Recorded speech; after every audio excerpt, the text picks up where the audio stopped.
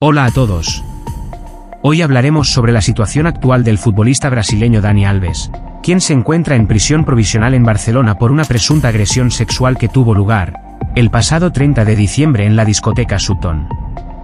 Después de haber recibido los recursos y alegaciones de los abogados de Alves, así como los informes del resto de las partes, la audiencia de Barcelona tendrá que decidir si deja en libertad al futbolista o no.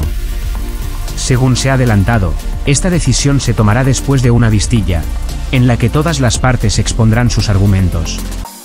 En este sentido, la defensa de Alves ha presentado una última estrategia que se basa en la llamada distorsión narrativa en el relato de la víctima. Según su abogado, Cristóbal Martel, basta la visión de las imágenes captadas por las cámaras de seguridad para poner en severa cuarentena algunas afirmaciones. Además, se cuestionan los indicios existentes y tildan de tendenciosa la investigación de los Mossos.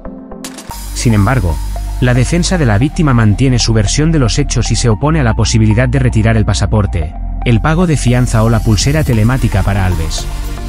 Asimismo, argumenta que las pruebas de ADN acorralan al brasileño. La audiencia de Barcelona tendrá que sopesar todos estos argumentos para decidir el futuro de Alves.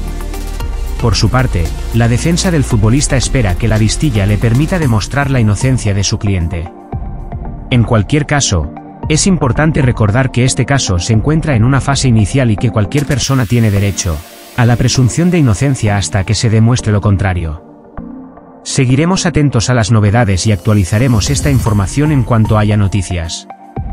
Además, es interesante destacar que la defensa de Alves ha hecho referencia al caso Robinho en su argumentación. Según se ha señalado, la situación que protagonizó el exdelantero brasileño fue determinante para que el defensor, de 39 años, siga detenido. El futbolista, hoy retirado, fue condenado por violación en 3 instancias judiciales en Italia y vive libremente en Brasil, lo que ha generado polémica y preocupación en el caso de Alves. Esperamos que este vídeo haya sido informativo y les mantendremos informados sobre cualquier novedad que surja en torno a este caso.